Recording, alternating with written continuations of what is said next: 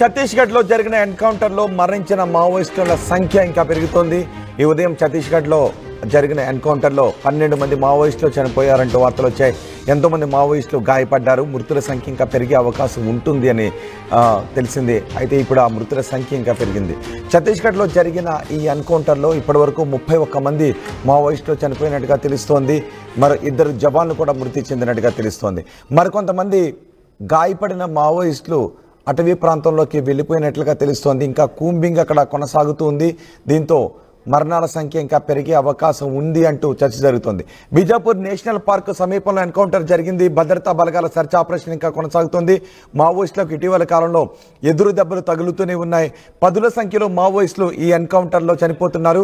2026 నాటికి మొత్తం మావోయిస్టులు లేని భారత్ను నిర్మిస్తామంటూ ఇప్పటికే అమిత్ షా ప్రకటించారు. ఈ నేపథ్యంలో కూంబింగ్ను కూడా రాష్ట్రాలతో కలిపి కేంద్ర బలగాలు కూంబింగ్ను అటవీ ప్రాంతాల్లో కొనసాగిస్తూ ఉన్నాయి. ఛత్తీస్గఢ్లో ఇంకా కూంబింగ్ కొనసాగుతోంది.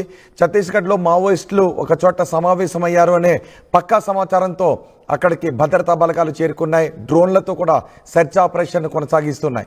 అయితే మావోయిస్టులు పెద్ద ఎత్తున సమాచారం అయ్యారనే సమాచారంతో అటవీ ప్రాంతంలోకి వెళ్ళిన భద్రతా బలగాలకు మావోయిస్టులు ఎదురుపడడంతో ఎదురు కాల్పులు చోటు చేసుకున్నాయి. ఈ ఘటనలో 2 భద్రతా సిబ్బంది కూడా చనిపోయినట్టుగా తెలుస్తుంది. 2 జవాన్లు కూడా ఈ ఎన్కౌంటర్లో చనిపోయారు. ఎంతోమంది మావోయిస్టులు గాయపడ్డారు. 31 మంది మావోయిస్టులు చనిపోయారంటే మామూలు విషయం కాదు.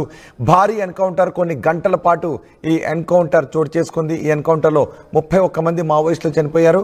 ఇంకా భద్రతా బలగాలు అక్కడ సెర్చ్ ఆపరేషన్ కొనసాగిస్తున్నారు.